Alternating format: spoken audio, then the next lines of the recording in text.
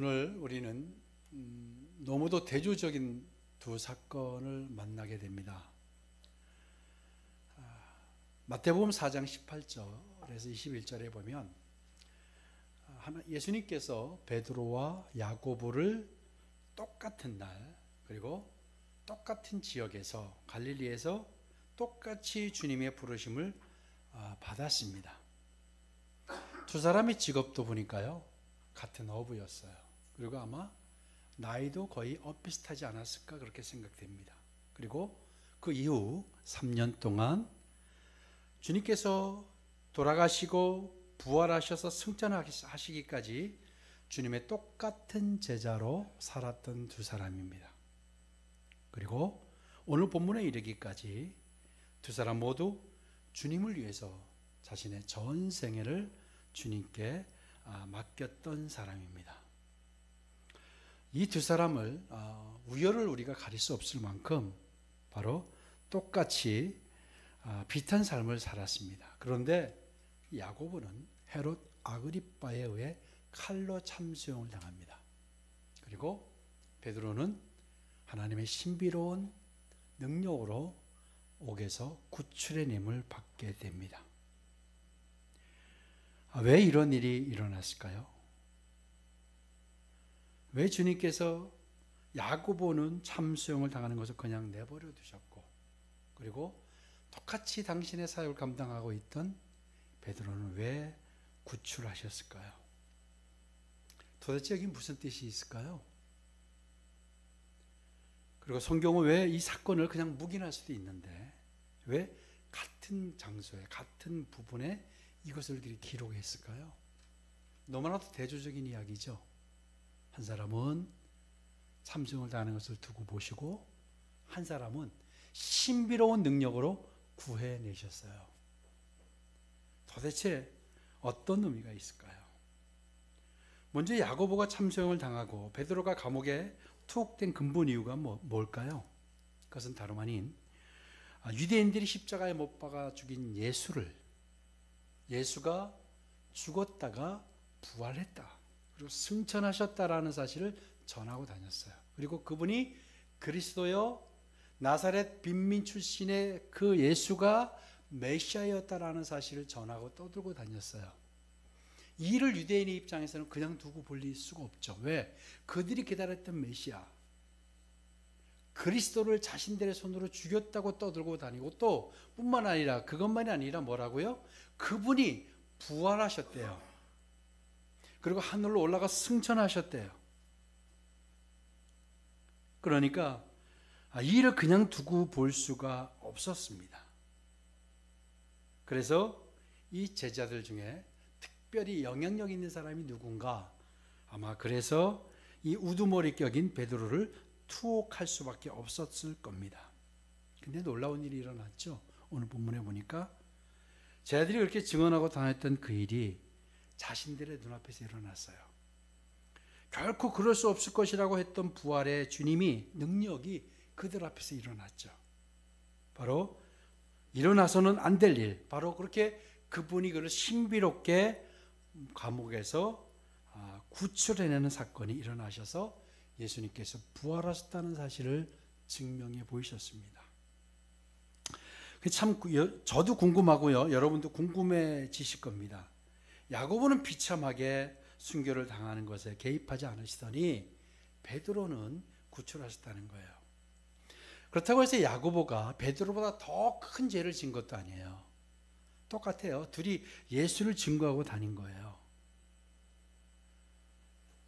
예수님의 증인으로 살았던 야고보 역시 베드로와 같이 구출의 예수는 없었을까? 도대체 어떤 의미가 있을까? 여러분, 근데 이 두 사건은요, 얼핏 보면 상반된 것으로 보입니다. 그런데 한 가지 의미를 지니고 있어요.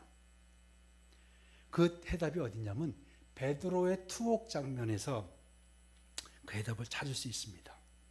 헤롯왕, 즉 헤롯 아그리빠가 기독교 지도자들 중에 몇 사람을 죽이려 했어요. 그리고 당시에 영향력 있던 사람을 찾아보니까 야고보가 지목되었고, 그렇게 야고보를 이제 참수를 하게 됩니다. 여러분, 이 일이 예루살렘 교회 초대교회 얼마나 충격이었겠습니까? 그렇죠? 생각해 보세요. 우리 교회 한 지도자를 예수를 믿는 증언한다는 것 때문에 갖다 죽였어요. 참수로 칼로 참수형을 했어요. 얼마나 큰 일입니까? 이 일을 베드로도 모르지 않았을 거예요. 그런데 이 헤롯 왕이요, 헤롯 아그리빠가 야고보를 죽이니까 유대교 지도자들이, 유대인들이 너무 기뻐하는 거예요. 그것에 고무됩니다. 그래서 이번에는 또 영향력이 있는 사람이 누굴까 찾아보다가 베드로를 지목하게 되죠. 그리고 베드로를 참수하려고 했는데 마침 그때가 이제 무교절이었던 거예요. 자, 그러면 헤롯 왕은 왜 이런 일을 자행했을까요? 본문에 등장하는 헤롯은요, 여러분이 잘 아는 헤롯 대왕 아시죠? 예수님 당시에 2살 난 아이 밑으로는 다 죽여라고 했던 헤롯 대왕, 그 헤롯 대왕의 손자가 됩니다. 그런데 이 헤롯 대왕은요, 이스라엘 역사에서 잠시 등장했다가 사라진 헤롯 왕조의 창시자인데요, 이 사람이 정통 유대인이 아니었어요. 이 사람은 이두메인입니다. 이두메인이 누구냐면 아브라함의 하나밖에 없는 아들 이삭의 쌍둥이 아들이 있죠. 에서와 야곱이 있죠. 에서의 후손들이에요. 다시 말하면 에돔 족속을 말합니다. 그리고 정통 유대인으로는 누구로 그들이 생각했냐면 바로 야곱의 후손들을 정통 유대인으로 생각하고 있었어요. 그런데 그러면 어떻게 이 이두메인은, 에돔 족속에 있던 이두메인이었던 헤롯이 왕이 될 수 있을까? 그가 로마 제국이 그 당시 다스리고 있었기 때문이에요. 로마에 그가 이제 온갖 아부를 했고, 그래서 로마가 그를 이제 왕으로 임명을 하게 됩니다. 그러다 보니까 이 헤롯은 늘 불안하죠. 정통성이 없잖아요. 특히 우리도 한민족임을 강조하죠.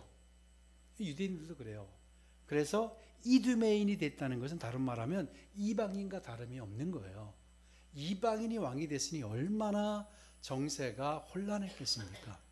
헤롯 왕이 그러다 보니까 어떻게 해요? 이것을 자신이 돌파하기 위해서는 당근과 채찍을 줬어야 됐어요. 그래서 정말 혈세를 짜내가지고 로마에는 헌납을 하고, 그리고 그 백성들은 무참하게 철권 통치를 했던 거예요. 그리고 또 이제 당근을 줘야 되잖아요. 그래서 여러분 알겠지만 솔로몬의 성전, 그 예루살렘 성전을 다시 그가 재건을 합니다. 엄청난 돈을 들여서 예루살렘 성전을 재건하는 거예요. 그가 믿음이 있어서가 아니에요.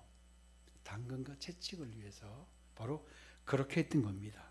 그러다 보니까 그의 손자였던 헤롯 아그리빠도 똑같이 그렇게 합니다.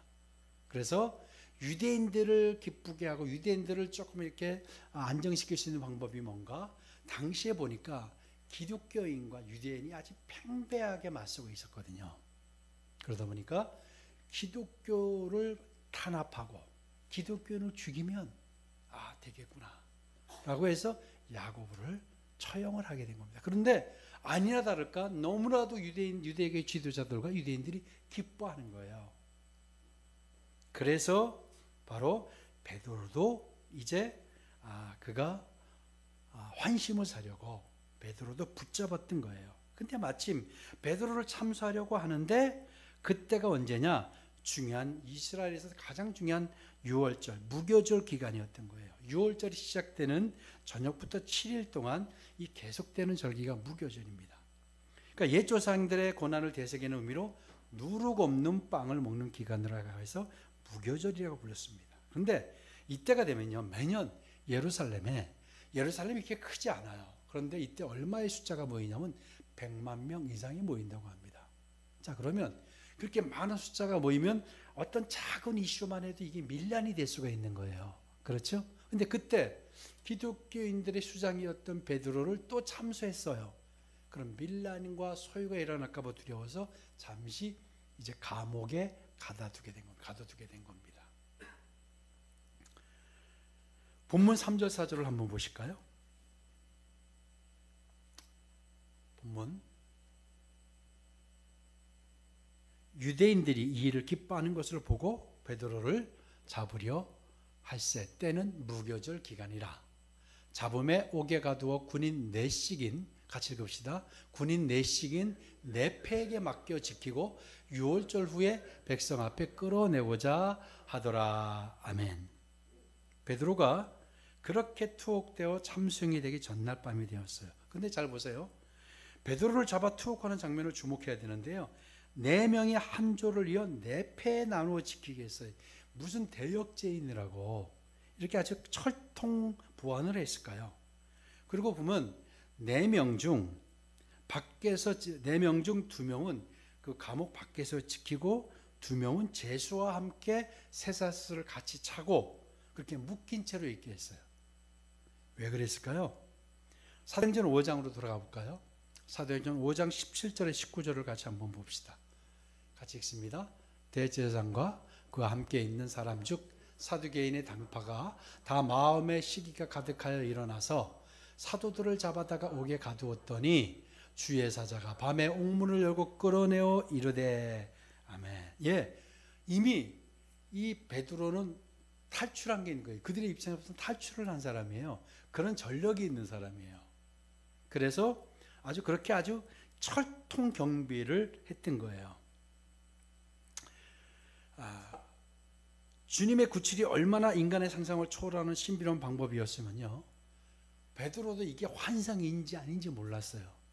그리고 첫 초소를 두 번째 초소를 지나고 이제 그 쇠문을 지나서 한 길에 서니까 그때서야 알게 되었다고 해서 이게 철통보안으로 했는데 그렇게 주님께서 그걸 구하셨어요.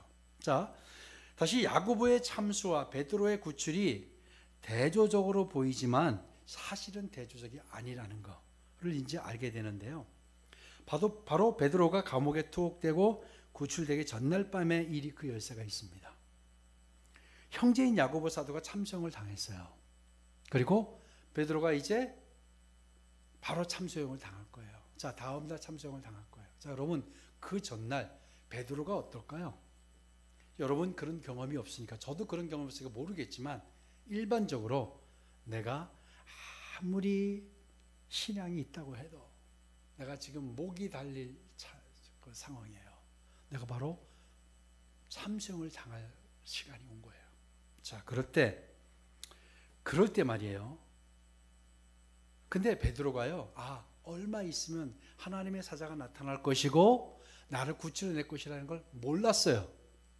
그거 어떤 힌트도 하나님이 주지 않으셨어요. 그러니까 그런 상황이 됐는데, 우리 7절, 8절 이제 보실 텐데요. 자, 그런데 그가 어떻게 했느냐? 아주 편안하게 잠을 자요. 편안하게 잠을 자는데 어떻게 잠을 자는지 아세요? 겉옷도 다 벗고 허리띠도 다 풀고 아주 편안하게. 여러분 이해가 되세요? 우리 한번 볼까요? 7절 8절을 보겠습니다. 본문 읽습니다. 호련히 주의 사자가 나타나매 옥중에 광채가 빛나며 또 베드로의 옆구리를 쳐 깨워 이르되 급히 일어나라 하니 쇠사슬이 그 손에서 벗어지더라. 천사가 이르되 띠를 띠고 신을 신으라 하거늘 베드로가 그대로 하니 천사가 또 이르되 겉옷을 입고 따라오라. 어때요? 베드로가 지금 어떻게 자고 있는지 아시겠죠? 쇠사슬 이렇게 감옥에 묶여 있는 자였어요. 근데 겉옷 신도 다 벗고 겉옷도 벗고 옷 다 벗고 아주 편안하게, 너무 얼마나 곤히 자는지 천사가 와서 발로 차서 깨우잖아요. 옆구리를 쳐서 깨우잖아요. 그러면 베드로가 어떻게 자고 있었는지 여러분 아시겠죠? 자, 베드로가 평시 잠이 많아요. 그리고 눕기만 하면 골아떨어지는 사람이었기 때문에 그랬을까요? 100번 양보해서 그런 사람이라고 해도 다음날 참수형을 당할 것이 분명한데 어떻게 이렇게 다 편안하게 다 풀어헤치고 곤히 잘 수가 있을까? 여러분 이해가 되세요? 전 도무지 이해가 되지 않았어요.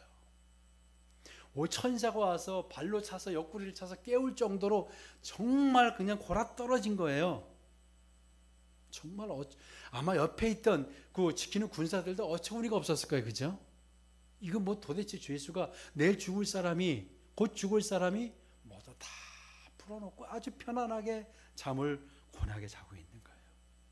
근데 여러분, 여기에 놀라운 의미가 있습니다.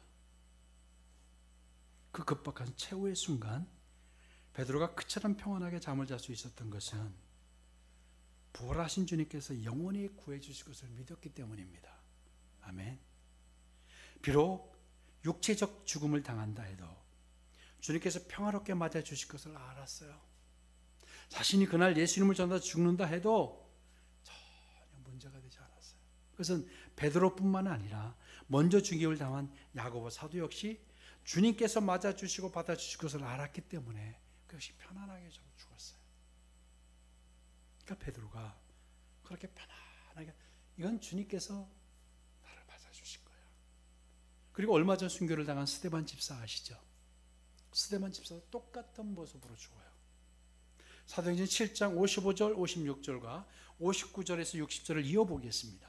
자, 한번 볼까요?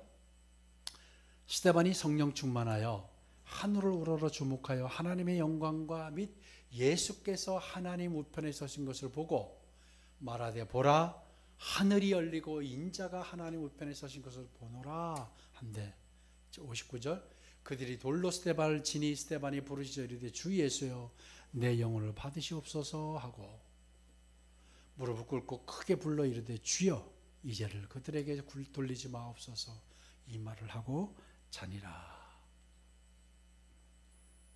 며칠 전에 한 집사님과, 우리 교인이 아닌 한 집사님과 대화를 나누었어요. 집사님 그분이 오랫동안 정말 지금까지도 가슴속에 풀리지 않고 아직도 도무지 이해가 되지 않는 것이 하나 있다고 하셨어요. 뭡니까 했더니 정말 한 20여 년 전에 부산에서 태풍이 너무 심하고 그래서 사람들이 막 목숨을 잃고 집이 다 날아가고 이런 상황에 교회를 갔는데 그때 집회가 있었는데 그 집회에서 목사님이 다 범사에 감사하라 하셨다. 이것도 다 감사하라. 이것도 다 감사하라. 도무지 자신은 감사가 안 돼. 거기서 이 상처를 받은 거예요. 지금까지 그것이 남아있는 거예요. 이게 목사님 어떻게 감사가 됩니까? 이게 어떻게 감사가 됩니까? 저한테 물으시더라고요. 예, 저도 그건 감사한 일이 아니라고 생각합니다. 그 일이 일어났던 게 그게 감사는 아니라고 생각합니다. 그러나 어떤 것이 감사냐? 그럼에도 불구하고 내가 믿음으로 일어설 수 있다는 것. 내가 어떤 상황이 온다 할지라도 믿음으로 내가 일어설 수 있다는 것을 감사하는 것이다. 아마 그 감사를 말했을 것이다. 그게 진짜 감사 아니겠느냐. 어떤 상황이 와도 감사하는 것. 그게 감사지. 막 내가 지금 다리가 부러지고 뭐가 날아가고 이거 감사합니다. 뭐 다리가 없어져서 감사합니다. 이게 됩니까? 안 되죠. 그게 그 자체가 감사한 일은 아니잖아요. 그런 가운데도 내가 믿음으로 이겨낼 거라고 하는 것을 감사하는 거죠.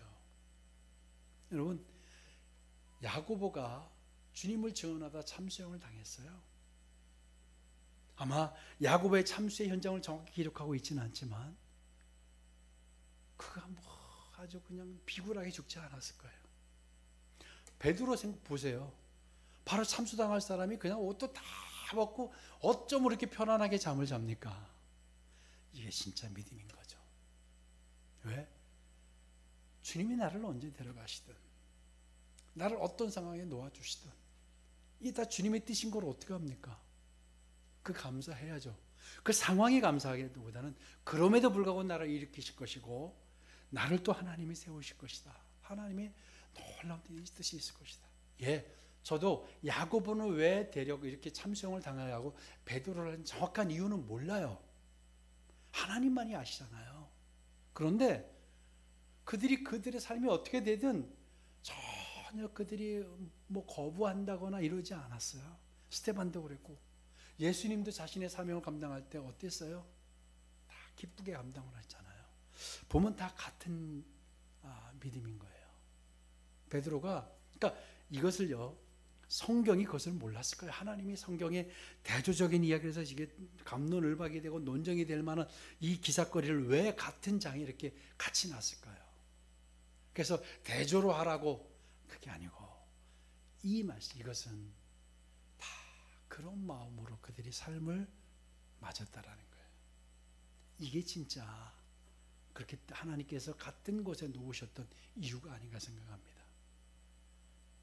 정말 대단하다고 생각해요. 베드로, 야, 참수형을 그가 뭐 이렇게 하면 하나님이 나를 깨워서 옆구리를 차서 데리고 가신다?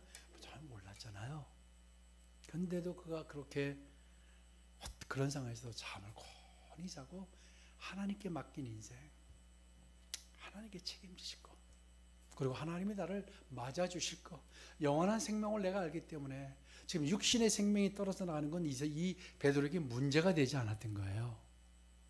여러분, 우리도 그렇게 될 수 있다고 믿습니다.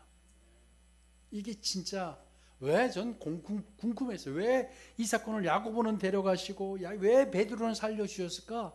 하나님의 능력이 부족해서? 절대 아니잖아요. 그들이 어떤 상황에서도 자신이 어떻게 되든 이건 다 하나님의 섭리고 뜻인 것을 그들은 알고 있었던 거예요. 그래서 그것을 그냥 기쁨으로 그냥 내 삶이 내일 어떻게 되든 그렇게 그냥 훤히 살 수 있었던 거예요. 이게 진짜 감사하고 믿음이라고 생각합니다.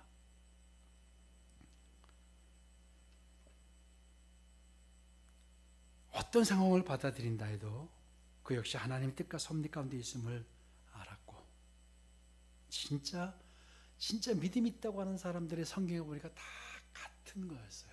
다 그거였어요. 자신을 어떤 상황에 놓아두시던 다 그건 감사한 일.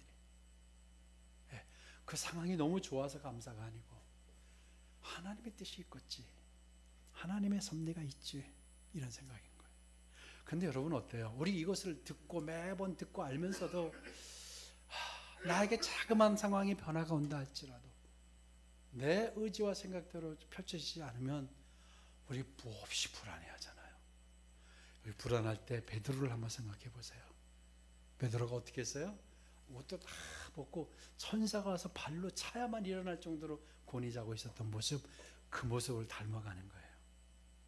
저는 성경이 이걸 뭐라고 하냐면 성령 충만이라고 말합니다. 성령 충만이 뭐냐? 바로 이런 거예요. 로마서 8장 9절 11절을 한번 보실까요? 같이 읽습니다.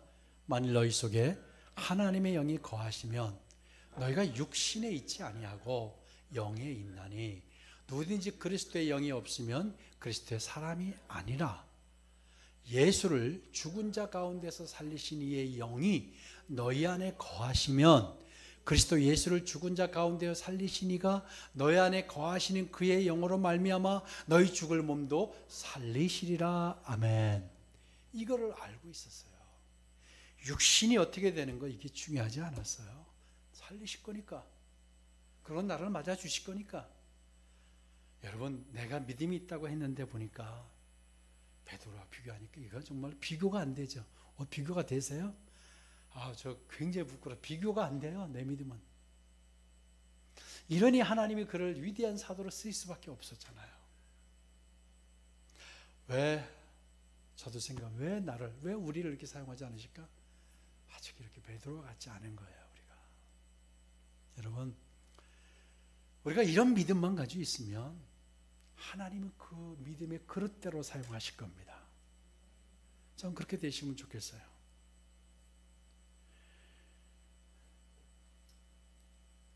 만일 너희 속에 하나님의 영이 거하시면 너희가 뭐라고 그랬어요? 육신에 있지 아니하고 영에 있나니 그랬어요. 하나님의 영이 거하시는데 왜 우리는 그렇게 육신에 절절매고 육신에 붙들려서 육신을 벗어나지 못하고 삽니까? 매주 우리가 예배를 드리고 성경을 보면 뭐 하겠어요, 그죠? 이런 믿음이 없는데. 근데 분명히 성경은 어떤 믿음을 가지라고 합니까? 이렇게 제시해 주시잖아요. 이런 믿음인 거예요. 감옥에서 내일 참성이 된다 할지라도 바로 잠을 잘 수 있는 이런 믿음. 여러분, 이런 믿음을 닮아 가십시다. 네, 이런 믿음을 주님은 이 땅에서 우리가 갖기를 원하시는 거예요. 그래서 한번 여러분, 한번 나도 그렇게 해보자. 그러면 이제 모든 상황과 모든 정황들이 어떤 것도 여러분 다 받아들이실 거예요. 하나님의 뜻이 지금 내가 알지 못하는 하나님 뜻이 있구나. 그리고 어떠하리 하나님이 나를 인도하실 텐데 이 마음으로 또 한 주간을 시작하십시다. 왜 이제 야고보의 이야기와 베드로의 이야기를 동일하게 같이 넣는지 아시겠죠? 이게 대조해서 우리를 궁금하게 만들고 우리를 아주 힘들게 만들려고 하신 게 아니라는 거예요. 어떤 믿음? 그런 믿음으로 살아야 한다라는 거예요. 그런 믿음을 보여주기 위해서 같이 전 놓았다고 보았습니다. 여러분, 우리도 그렇게 될 수 믿습니다.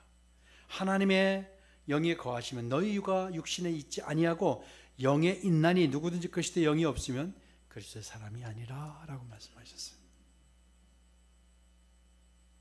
우리도 그의 영으로 말미암아 너희 죽을 몸도 살리시리라. 여러분, 육신이 연연하시잖아요. 사실 연연하게 되잖아요. 근데 하나님이 살리신대요. 그러니까 하나님께 던지시는 거예요. 하나님이 던지는 거예요. 살리시겠다고 난 분명히 약속한 걸 알아. 약속하셨잖아요. 예수를 죽은 자 가운데 살리시니가 너희 안에 거하시는 그의 영으로 말미암아 너희 죽을 몸도 살리시리라. 아멘. 분명히 우리를 살리신다고 하셨어요. 그렇다고 한다면 여러분의 놓여 있는 문제에 연연하지 맙시다. 그건 믿음의 사람이 아니에요. 연연하지 않고 이때 하나님 나를 정금같이 연단하시는 과정이구나. 연단하고 계시는구나. 그래, 하나님이 다시 다른 일을 하시겠지. 여러분, 우리 교인들 가운데 어렵고 어렵다고 해서 전 굶어 죽을 만큼 죽었다는 분은 못 봤습니다. 그렇죠? 우리 상황에 모든 것은 하나님의 섭리 가운데 있고 그 상황을 받아들이고 그 상황을 통해서 내가 하나님 믿음으로 설 수 있다는 것이 저는 감사라고 믿습니다. 그런 감사가 여러분 안에 있기를 주의 이름으로 축복합니다.